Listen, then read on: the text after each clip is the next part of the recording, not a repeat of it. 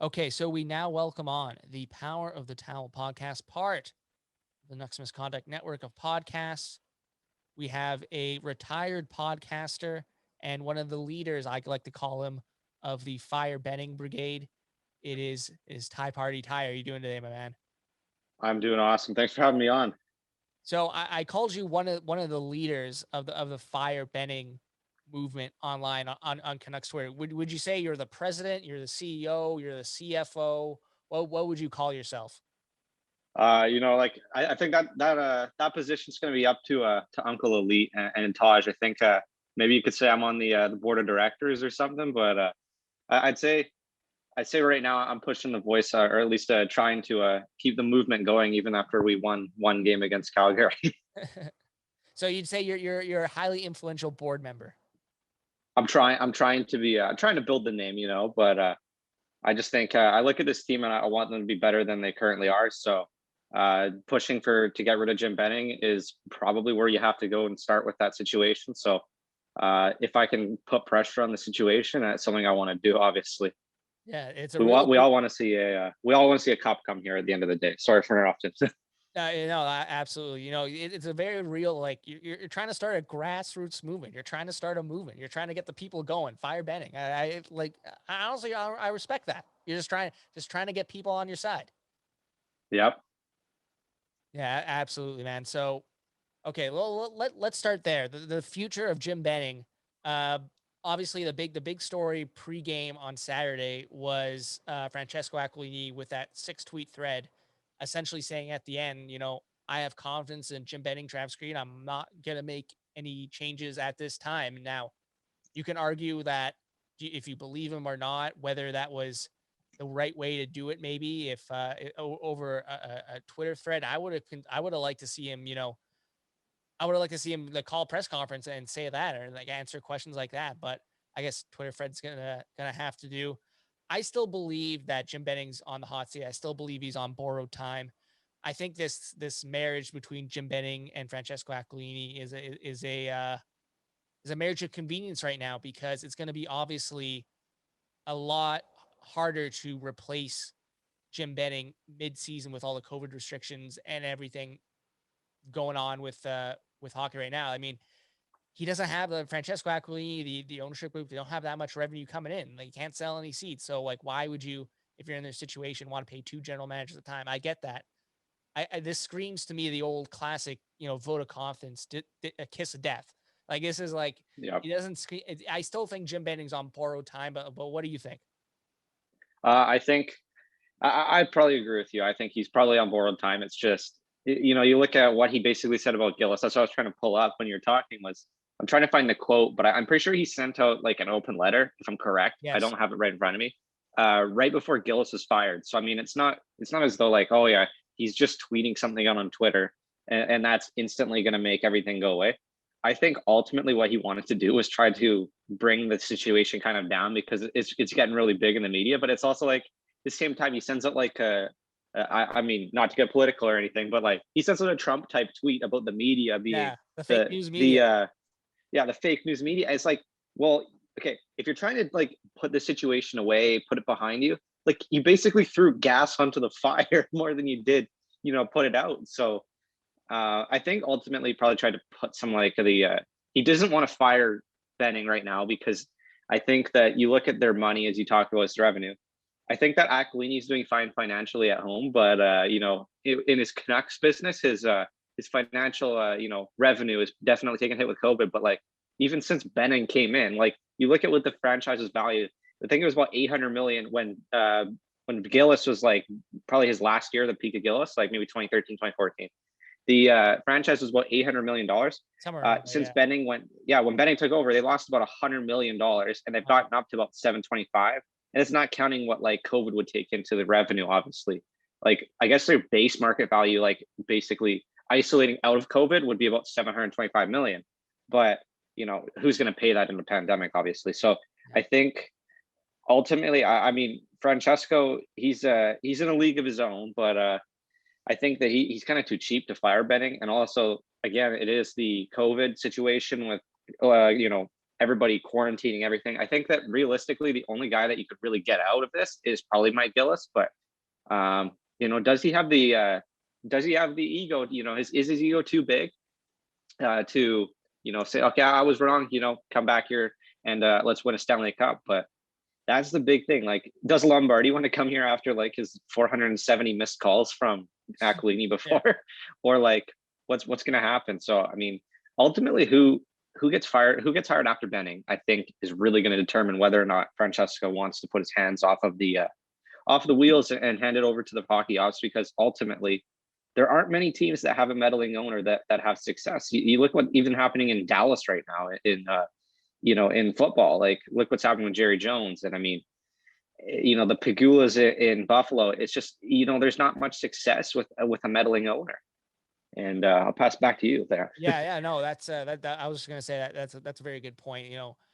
It's easy to say, like, if I was an owner of an NHL team, I'd be hands off. Like, I'd be like, let these guys do their job. There's also part of me is like, damn, like if I owned an NHL team, I'd be all up in there. I'd be telling them to Yeah. trade for Eric Carlson. I'd be telling them like, hey, can we get this McDavid guy out of Edmonton? Like, I'd be doing all this crazy shit. So I don't blame them for being meddling so much, but you're right. Like, the successful franchises throughout pro sports, the owners kind of let the GMs do their job. And I want to bring up Mike Gillis because there is a movement online like hire Gillis, hire Gillis.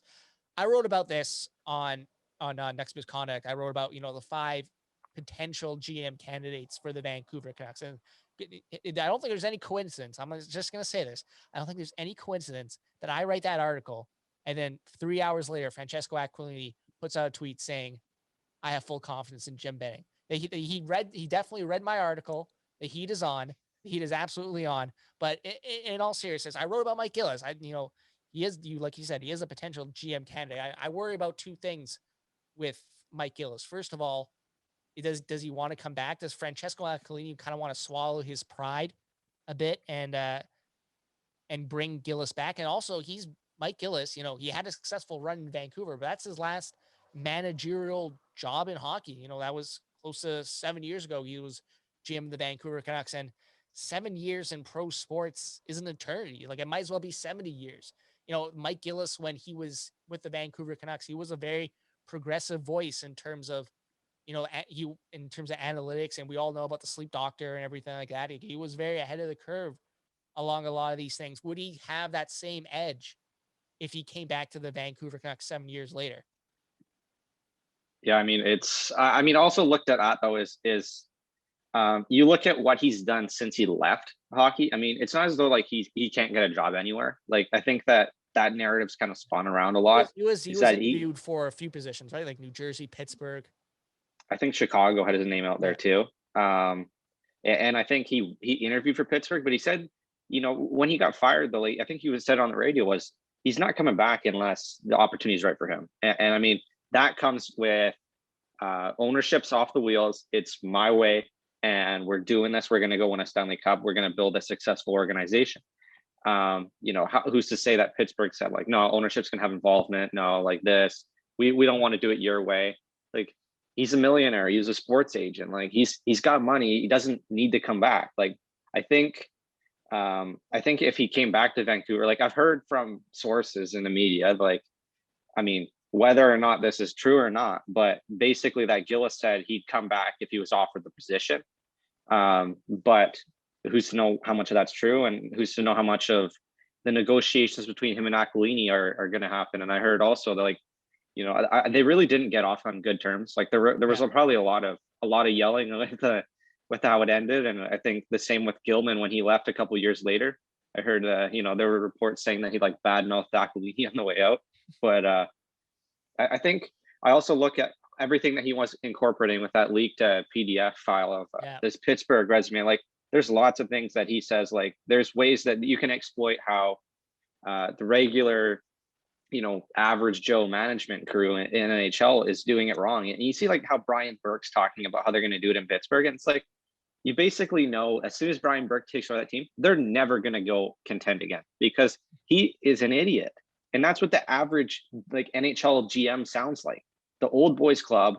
And I mean, I understand there's some merit to being in the old boys club that, like, in terms of making a fair deal here and all this, but it's like, at the same time, like these guys can't evaluate talent. Like I don't know what I don't know when the next NHL GM is like, the I'd say Carolina is the last one, maybe Toronto, that like really took a chance on a GM. And I mean, Toronto's having struggles in certain areas, but I really think that you look at how they play this year and it's like they're really turning around. So when's the next, outside of the box thinker going to get hired as opposed to Mike Futa, that's pretty much your prototypical hockey man, interviews for like 10, 15 jobs, doesn't have a job right now.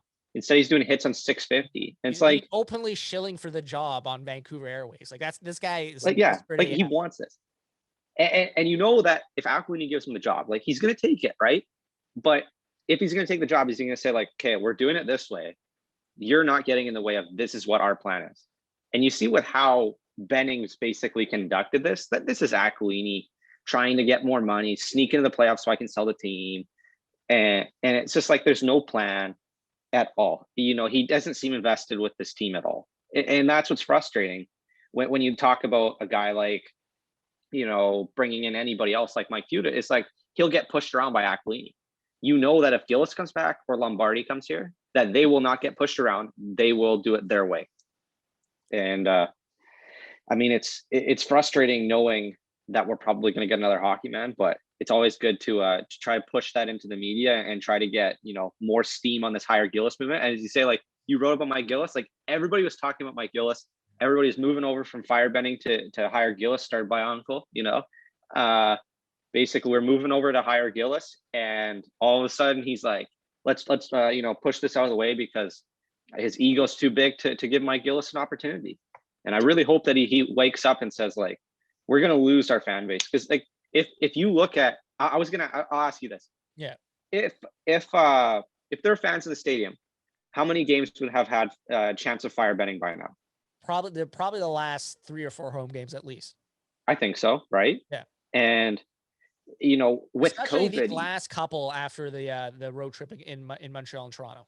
Absolutely. I think their last 2 or 3 games have been like really good. I was looking at their numbers, but again, it's like such a small sample size that like you don't know if they're regressing towards the mean of like where you'd expect them to be. Probably the case, but they play so terrible up to this point that it's like, well, like maybe this is like a little hot streak and they're going to regress right back to where they were at the start of the year. So I think there's going to be some firebending chance. There would have been firebending chance. I think with COVID, you can kind of mask up everything that's happened, really. So, he can push it off to the media. He never goes on radio. Like, when's the last time you've seen Francesco Aquilini talk outside of Twitter? Yeah. I don't think I've ever seen like many media appearances or anything like that.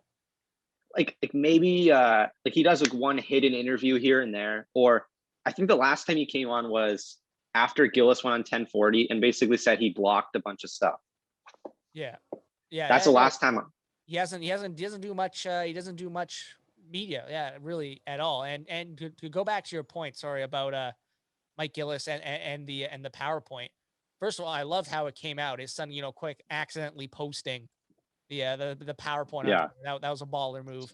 But yeah, no, it was just really refreshing when it came out. Like it was just really refreshing to read this PowerPoint of a guy with a plan, and he has all these structures as compared to Jim Benning. And I said this in an article where the only plan really is there never really is one. Like that seems to be the Jim Benning plan is just there never really is one. It's like, okay, we're gonna rebuild. Okay, now we're going for the playoffs. Okay, now after the playoffs, now it's time to take a step back. That's been one of the most frustrating things now that I've taken a step back and looked at the whole Benning regime is there never really was a plan. It was the no plan. Like that was the plan. I wish I'm trying to find my I'm pretty sure I have the timeline of Benning basically since 2014 basically. So if you're looking at like when he came in, like I mean, like I'll admit I was a fan of him getting hired. I thought, okay, yeah, we're gonna bring in the Boston he had a type reputation culture coming in of a drafter. Like, right? it was that, and considering Mike Gillis, he did a lot of good things in Vancouver, but the big thing knocked against him was his drafting. It was horrendous. So I was with you as well back then. And this is like 7 years ago. I was like 20 years old. But yeah, no, I really like Benning at time because he had a reputation in as a drafter. Like if he can draft at any sort of average level, like that would be a good hire at the time. And then you look at basically like I guess how old would I have been? Like I would have been grade 9, so Yeah, it was a while a ago, man. while back, right? But I thought when he got hired, I was like, okay, we're bringing the Boston culture. We got to get a bit tougher, and it's just like I started looking more at the analytics. As the years came on, it's like, he was really a dumb hire when we got him. Like even back then, like I mean, Boston was like an analytics like juggernaut when we played them in the playoffs, and I'll say that I still defend that like they were a very good team. We still should have won, but I'll say like they were an analytics juggernaut. It's not that and then Jim Benning comes in, yeah, we won a Stanley Cup without using analytics. It's like, but if you look at analytics, like your team was like one of the best in the league. Like Patrice Bergeron was the best two-way forward in the league. Milan Lucic like still had a really good analytics profile. Like Tim Thomas had like an absurd like goal save above expected, like the best in the league and best in the playoffs. Your defense was as deep as anything. You had like Blake Wheeler on the second line, David Krejci. You had a young Marchand. Like that was a really good team. But and then all of a sudden, you look at what happens with Torelli, and it's like, yeah, they really locked into a team. Like they didn't have a plan at all. They just kind of really locked into a Stanley Cup. And I think, that's kind of what it feels like Jim Benning's trying to do. And it's like, you basically, you look at his drafting record here too, and it's like he's missed on. Let's see. So his first pick was the Virtanen, right? Yeah, Which it's basically the scouting staff wanted Larkin, right? He comes in and says, nope, we want Virtanen. Maybe there's some pressure from ownership because he's a hometown boy, but the scouting staff wants Larkin. Like, probably don't get Pedersen if you draft Larkin, but it is what it is. That was the plan. That Larkin's a good player. Like he's still second first line center. You could argue both ways. He plays in a bad team, but say they wanted to get Larkin. Larkin's a better NHL player than Drake Virtanen will ever be in his entire career. You talked about the Oli Levy pick. I think that that was the first year they got Virtanen, right? Or was hang on, we're gonna get this right. 2014 was Virtanen. 2015 was Besser. So like He Besser got hired like a month before when they drafted Virtanen. So I know that the Virtanen was heavily Jim Benning. I think you look at how much was Judd Brackett in the Brock Besser situation. Like you can argue both ways. I love going back and trying to figure out who drafted who. Like it's the ultimate mystery. I love this type of stuff. I have no Because idea. how many guys were USHL? Because that's where Judd Brackett was drafted, scouting before he was a host. That would have been Besser and Gaudette from 2015, right? If you want to go by that. Yeah, because he was the USHL guy. So like that's where he was scouting, and I think that he went to like Jim Benning. He's like, this kid can really shoot the puck. Like we have to get this guy. And then all of a sudden Jim Benning sees it and it's like, okay, yeah, then we're drafting. But it's like, how much of that was Jim? How much was that, Judd? But you can argue both ways. Either way, we could count that as a win for Benning, if not. But then even if you go the first 3 years, then all of a sudden you're looking at like, oh yeah, well, we draft Olli Levy over the slam dunk pick and Matthew Tkachuk. And then you get the people that argue that you won't get Pedersen, but it's like, it was written in stone that Tkachuk was going to play in the AHL or he's going to go back to junior or something along the lines of that for the year prior. So you would ice the same rosters you had when you got Pedersen. And so basically you have the slam dunk there. You mess up that and you chase positions over best player available, which again is one of the worst decisions you can make when drafting high picks in any sport. And that was all based on them thinking Virtanen was going to turn into Matthew Tkachuk. They say like, oh, okay, we have a Matthew Tkachuk, and Jake Virtanen, right? So they go for Olli Levy. And I've talked to guys about this, and I mean, you talk to like hockey guys about this. It's good to get a mixture of opinion, right? And I think a lot of the hockey guys told me though, they're like, yeah, Jake Virtanen never fought in junior. He never played a heavy game in junior. So how can you expect him to all of a sudden just get this when he goes to the NHL? Like guys that want him to be Tom Wilson. It's like Jake Virtanen never fought in junior. He never played a heavy game in junior. He was a goal scorer. He just had no brain at all for hockey. So, that's the other as thing. Evidenced by the fact he dumped the puck in a 3-on-3 overtime this season. That's one of the dumbest things. Like, I think one of the things I like to do is I want to go back and look at Travis Green's system this year and figure out how much of this is the players and how much of this is Travis Green. Because like, you have like guys that are just idiots on this team, it feels like. And it's just like, Jay Virtanen has the attitude of I've made it and I don't need to get any better than that. Because you have Tyler Myers who makes big mistakes, and so it's like noticeable he makes the mistakes. But then like how much of that is Tyler Myers and how much of that is Travis Green, like that being his fault.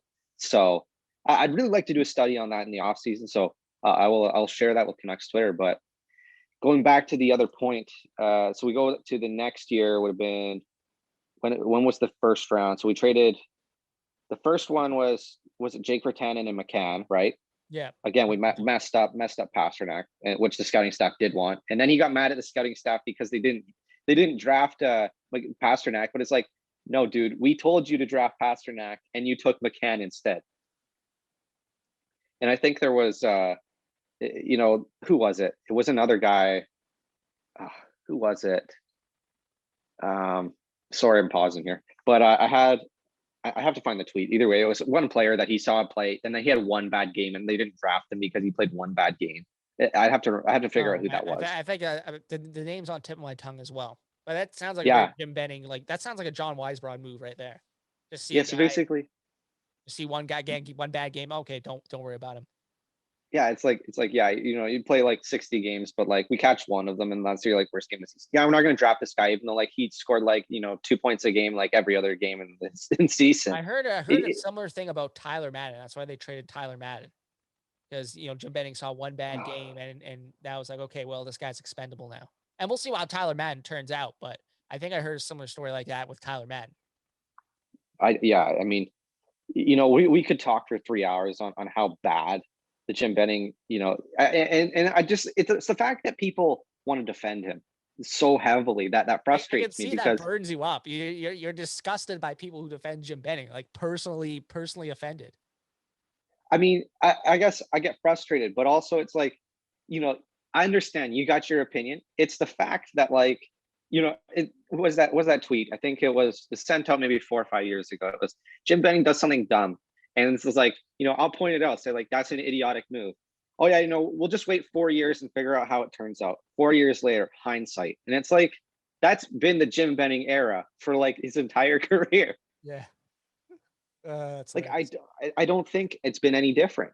We can look at his and then after like two decent trades, which again we still haven't seen in hindsight how they turned out in the JT Miller, and obviously in hindsight we've seen the Tyler Toffoli trade turn out stupid. But and that's only because the management, you look at his asset management has been terrible. And how much of this is Aquini and how much of this is Jim Benning? But Yeah, that's a good point. I could love, I'd love to look into, I'd love to just have like a live feed of these conversations going on behind doors. Like, yeah, I would like to buy out Brandon Sutter so we can sign to Foley. Yeah, no, sorry, Jim, that's your fault. Yeah, and you know what? And I guess fair enough for Aquilini. It is his money at the end of the day. But Totally. I do think Aquilini not saying pretty much no buyouts this offseason really kind of hampered Jim Benning. But at the end of the day, like like you said, sort of he signed these contracts. So like at the end of the day, like why are you spending that much money on Brandon Sutter? Why are you spending that much money on Jay Beagle? Maybe ownership kind of finally turned around to the realization that Jim Benning was spending their money in less than optimal ways. But you talked. Let's move on to Travis Green because you mentioned Travis Green earlier. How much is him? How much is it the players so far in the early struggles of the Vancouver Canucks? Look, I think the lame duck situation for Travis Green is getting underreported in some ways in this market because I think you're starting to see it play out in roster moves for this team. I mean, look, Travis Green does not have a contract past this season, right? Like he's got to make decisions to win now because if he does not win now, he may not have a job in the National Hockey League going forward. So that's why you're seeing, guys like Louis Erickson drawing in over Jake Virtanen and Adam Gaudette, and I can see why. Travis Green goes, hey, like if Jake Virtanen isn't, I may not be here past this season, right? So why do I have to worry about developing a guy like Jake Virtanen or Adam Gaudette? I just want to win now. So that means putting a guy like Louis Erickson over there lineup over those two guys at some points. Then he's gonna do it. Like I think Travis Green not having a contract extension, and you can see it even with him trying to get Holtby going. It's if Travis Green has a contract extension, he realizes probably that Thatcher Demko is the goalie of the future, and you got to get this guy going, even if you're not gonna do anything this season. So I mean, at the end of the day, a coach can only do so much with the roster he's given, right? You can only do so much. I mean, he can't turn the clock back on Alex Edler 70 years. He can't make him any younger. He can't turn Tyler Myers into a better skater. He can't turn Jalen Chatfield or Olio Levy into, rock solid NHL defenseman. He can only do so much. So I like the, go on behalf of Travis Green. I think he's definitely an above average NHL coach. Like, what do you think on Travis Green? Like, do you think is it him or is it more the players? That partially that's what I want to look at in the offseason is I think it's pretty determined that he is an above average coach. I even consider him probably. I think there's only so much that an NHL coach can really have on an impact of Yeah, a game. Like I exactly. think who I might have been talking like who was it? I'm trying to think his name. Ineffective math. That's what it is. It was a couple years ago. That's what I was trying to remember. And he said like it's maybe like 10 to 15% that a coach can really have on a game, maybe even less than that, really.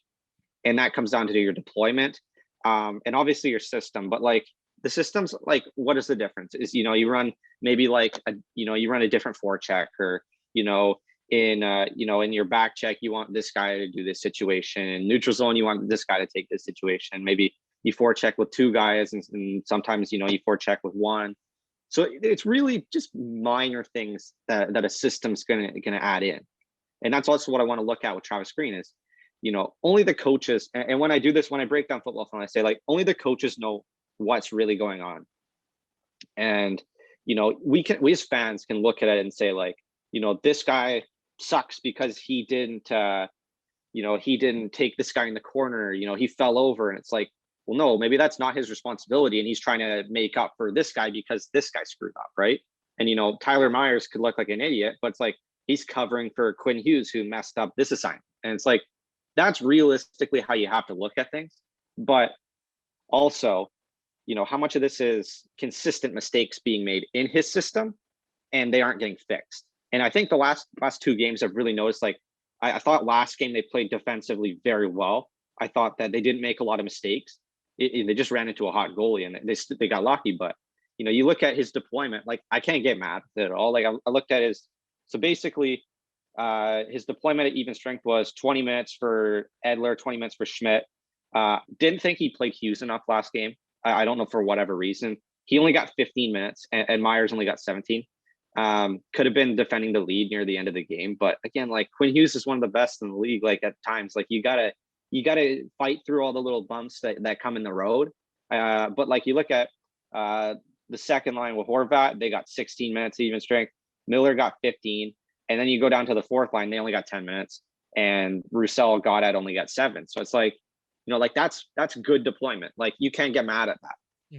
Mm-hmm. There are times I think that he plays Jay Beagle too much, stuff like that. But you look at like, where are you gonna find improvement? Like you're not gonna find a better coach than Travis Green, maybe outside of like Bruce Boudreau, maybe, who has one of the best defensive systems in hockey.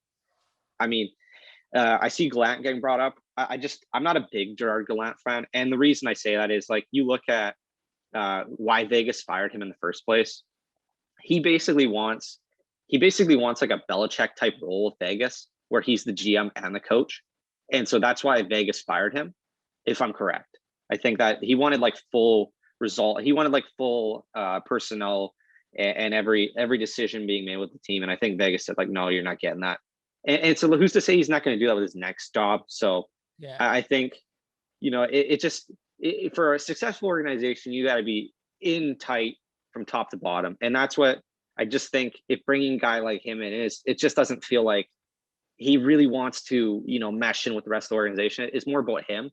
It's not to say he's not a good coach, right? Like you look at his results in Vegas, he had a very good team, but there's also not to say he didn't have problems. Like when they played Florida, I think he gave Erica Branson more ice time than everybody else. Like who's to say a good coach would ever do that? And I think that's realistically one of the big problems with most of the hockey men coaches is they play grinders too much. And I mean, AV did it with Tanner Glass. It's not to say like you're a bad coach because you play grinders too much. It's just your vision of the game, and that game is outdated. But it's still like it's a problem. Paul Maurice does it in Winnipeg, and I still consider him a good coach. But I think, also this going back, sorry, I'm hogging the mic so much, No, but no, no. This is going very illuminating. This is very illuminating. going back to the, Travis Green vote of confidence from Aquini, it's like, well, if you're so confident in him, you have the money to pay him. Your businesses are not affected by COVID, Francesco. You can pay him if you want. Like, Yeah. that's where I thought it was more there. It's not him being cheap, it's him waiting for the scapegoat. And that makes me feel more likely that Benning gets fired. And then the next people coming in for management, they're going to make the decision on the coach. And it'd be smart to keep Travis Green, but if you're going to bring in Bruce Boudreau and get 5% improvement, then like, yeah, okay, that's a good idea. But we got to make, there's so long that Boudreau has been out of coaching, so it's like, is he only going to come back in the perfect situation, or is he going to is he really want a job? That's what I think, because I think if he really wanted a job, he'd have a job in the NHL by now. If he's waiting for the right situation, I look at this Vancouver core, I say most of his coaches and GMs, if there wasn't for Francesco, this is the top team really that like needs a retool. I wouldn't even say they need a rebuild. I think they need a retool. I think they have a core in place. They need a strong retool.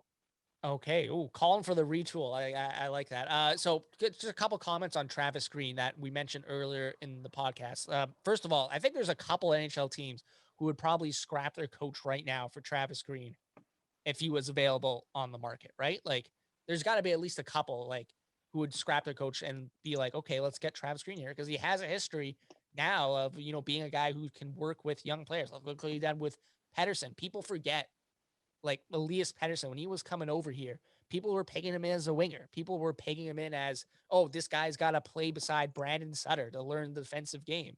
And Travis Green pretty much said, like, no, fuck that. Like, he can play. Put him as center right away. And the rest, as I say, is history.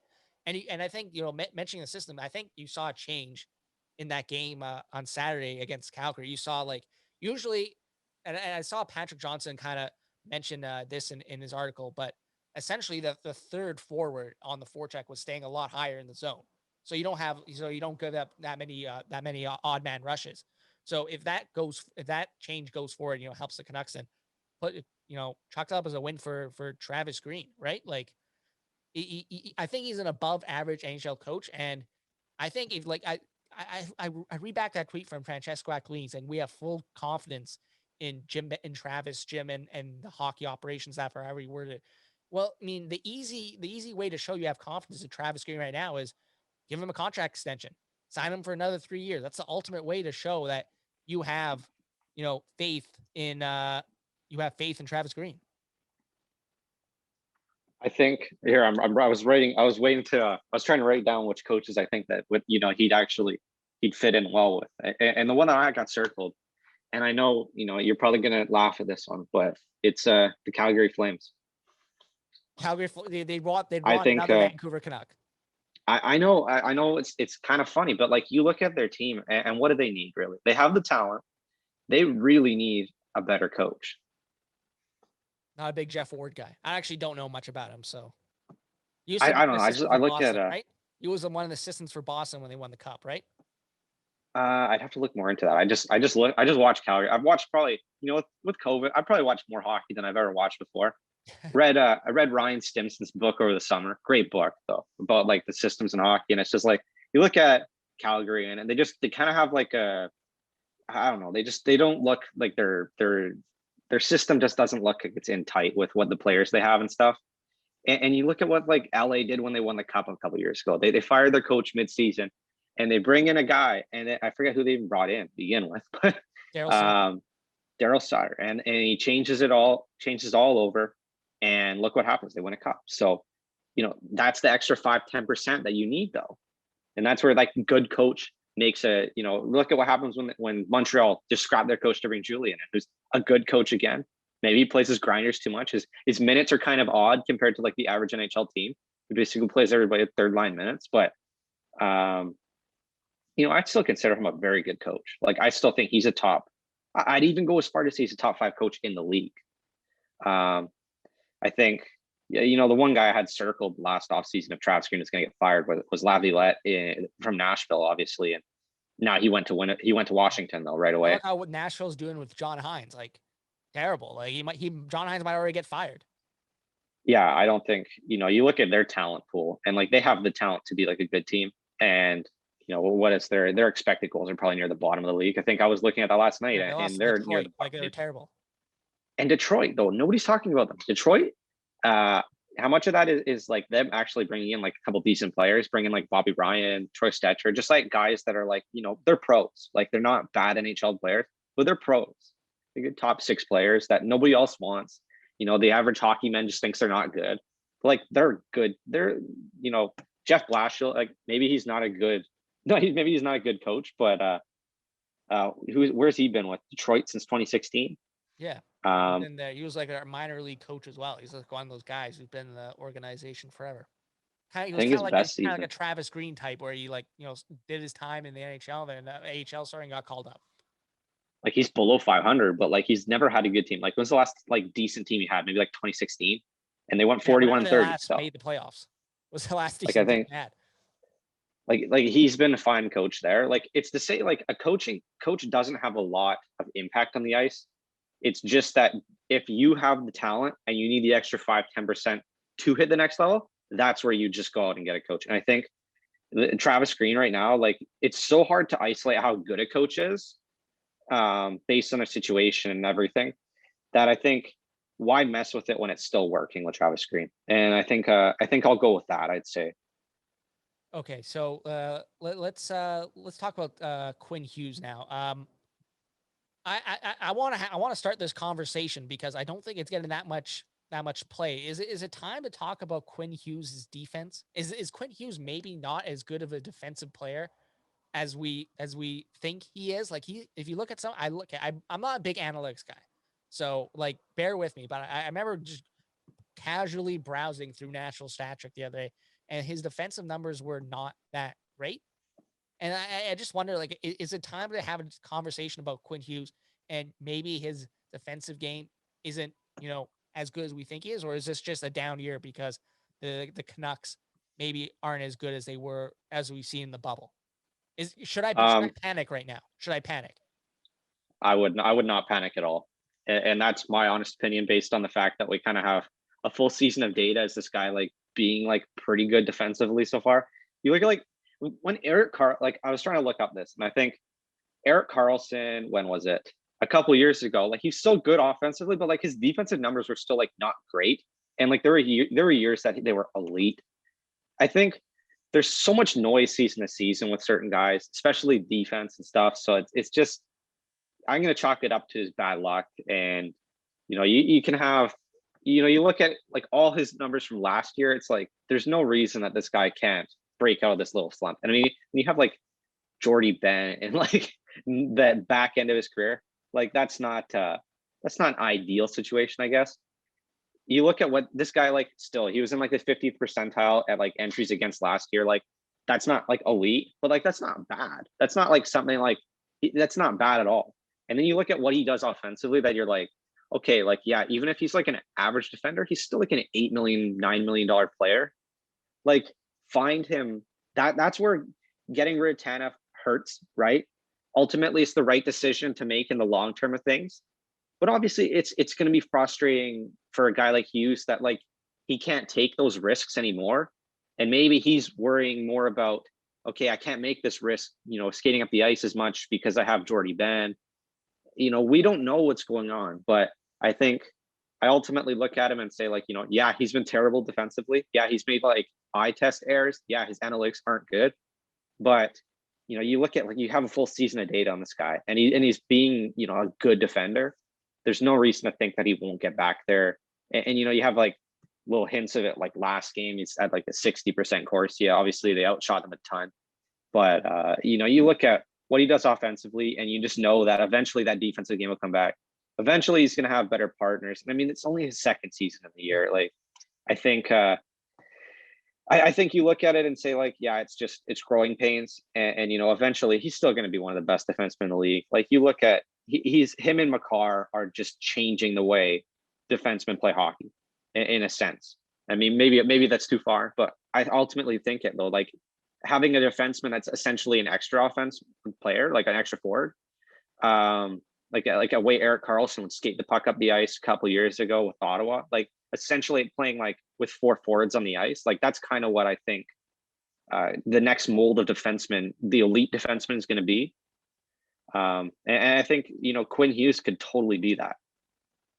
Yeah, absolutely. And going back to Tanev, you're starting to see the effect of Chris Tanev on Calgary. Like him and Noah Hannafin are one of the best defensive pairings in the league. And Hannafin's been okay in his NHL career. He's, he hasn't obviously lived up to that fifth over whatever he was in 2015, fifth or sixth overall. But Tanev and Hannafin are like, Tanev's having the same effect on Hannafin that he had on Quinn Hughes last year, right? Like turning that pairing into, a very good shutdown pairing. And I see him and I see Jacob Markstrom, and I know like long term, it's probably better you don't sign those guys to deals. But man, like how much do the Canucks miss like Jacob Markstrom and Chris Tanev right now? Not only from like obviously the off ice component, they were obviously very liked in the room from everything we've heard, but just on ice, like I know it would have been like bad. I know it would have been bad long term to sign these guys, but still, like it would have been, it just would have been like the team obviously misses them so much. Yeah, I'd agree with you there, and I think what they really didn't do was find like semi replacement of like guys that are like legit NHL pros. Instead, like you bring Jordy Bennett, and it's not to say Jordy Benn's a bad defenseman. Like he's still, a good third pair guy. All of a sudden, you bump him up to second pair minutes with even first pair minutes with Hughes. That it's like, Yeah. well, all of a sudden, There's all of a points sudden where you're it kind of. definitely looks like Jordy Ben's like out of his depth. I think ultimately, like when Jordy Benn was coming here, I thought like, okay, this is a good guy that we're going to sign as a third pair defenseman, Yeah. and he had good analytics in Montreal in that role, and I think that's where Julian played him. Playing 15 to 17 minutes a night. That's kind of where he kind of has to be, but like he's getting older, and I mean, like further down the road in his career, like he could probably play 22 23 minutes and be like effective, but like that's the same thing with Myers we're seeing now, is that like sometimes like I think that there's a threshold where minutes are overvalued, for better lack of a term, where like Tyler Myers and people cite that as like a reason he's a good defenseman. It's like, well, like the reason that he's playing so many minutes and he sucks in those minutes, that kind of gives confirmation that like he's not that good, as opposed to Jordy Benn like in a smaller in a third pair role. And I think even Delzato, for a better lack of a term, going back the line, is you look at these guys that if they're playing less minutes, they can be effective in those minutes. It's whether or not the guys want to suck it up and say like, yeah, I have to play this amount of minutes to be an effective player for the team to win.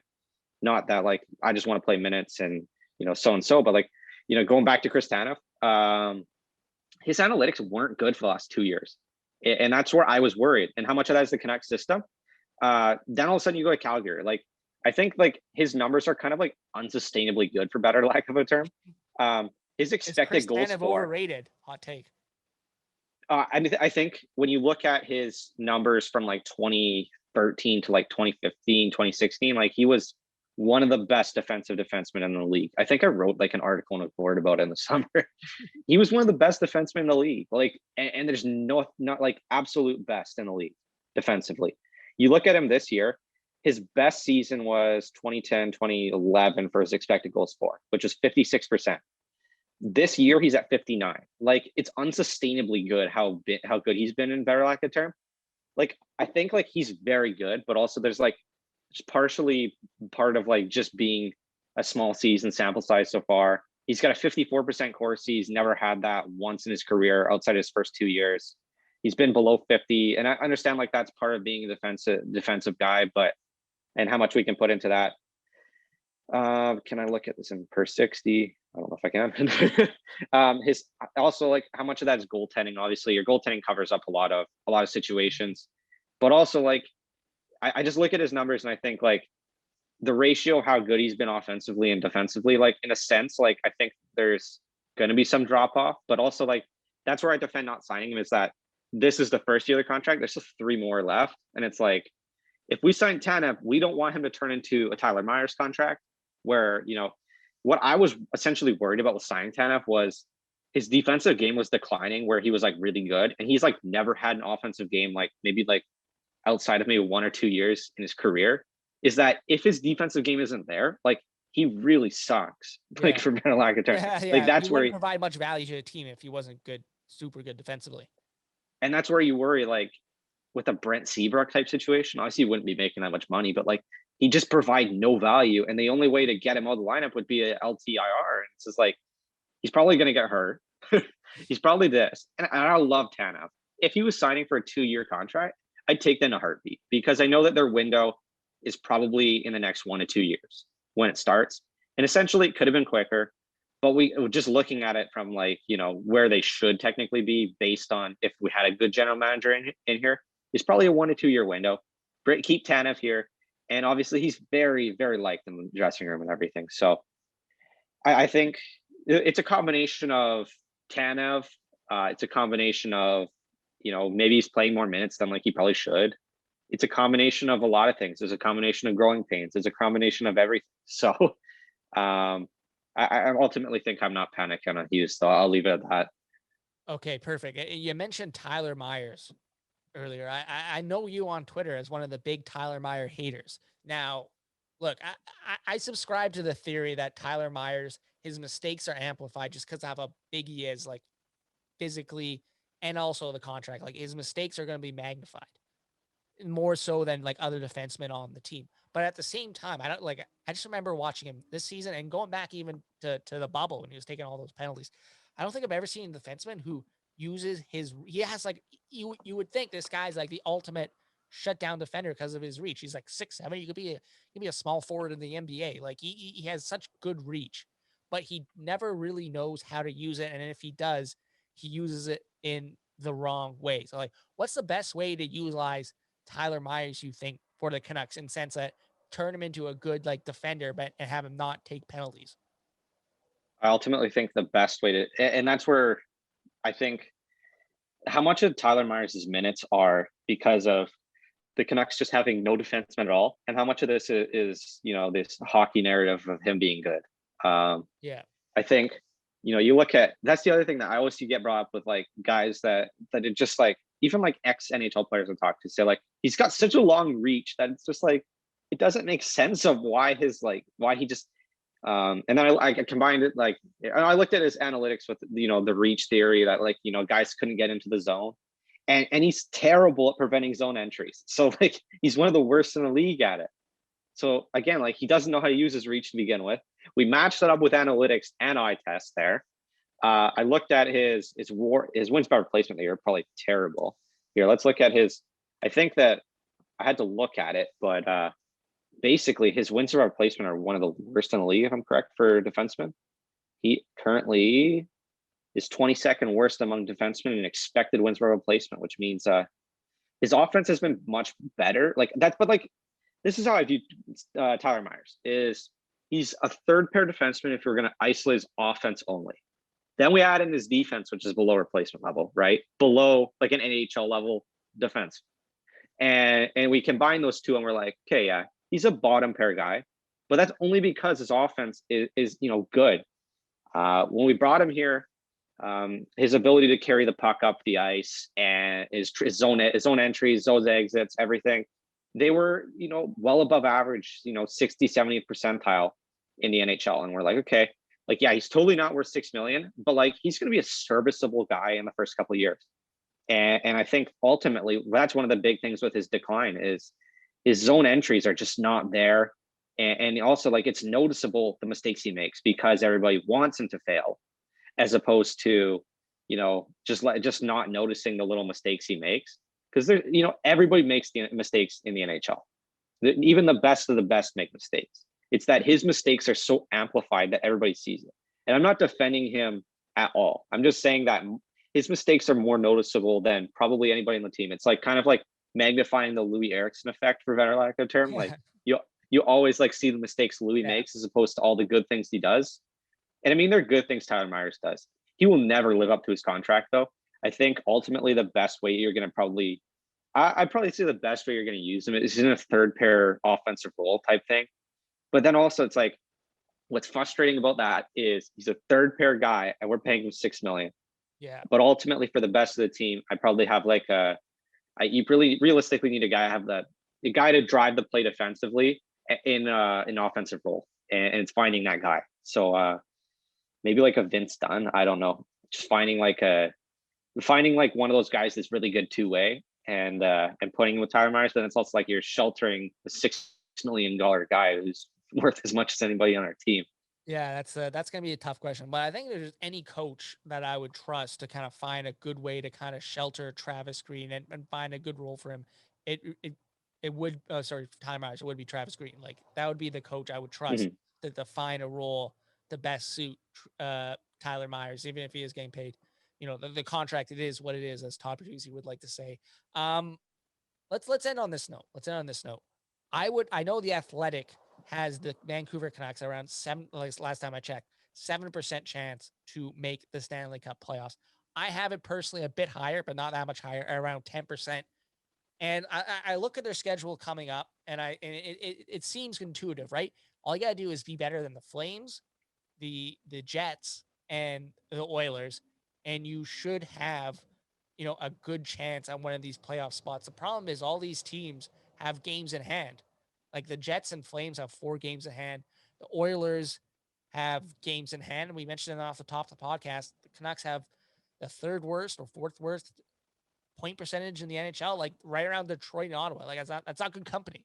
You do not want to be that company if you want to be taken seriously as a playoff team. So are is there any chance the Vancouver Canucks can at least make this close go down the stretch, or are we realistically, like I've said before on Sipping on 40, looking at an extended death march where the last 2 months you're just kind of playing out the string? I certainly do think they can make it. Obviously, where I stand on that though, with Team Tank, Yeah. as one of the main leaders there. I'd say ultimately you're going to look at the Flames are going to make it probably. I look at their analytics and I say they're really good. I think the Canadians are pretty much a lock to make Well, it if yeah, we're yeah. looking at that. Montreal and Toronto are going to be 1 and 2 in some order in the division. Even when you look at like your 5-on-5 expected goals for, like the Flames are higher than the Maple Leafs. They're very, very close. It's like 0.3%. Like, but it's to say like the Flames have had like really good defense. We saw that last time. Like, Jacob Markstrom can cover up everything. It's whether or not that they can score on those nights.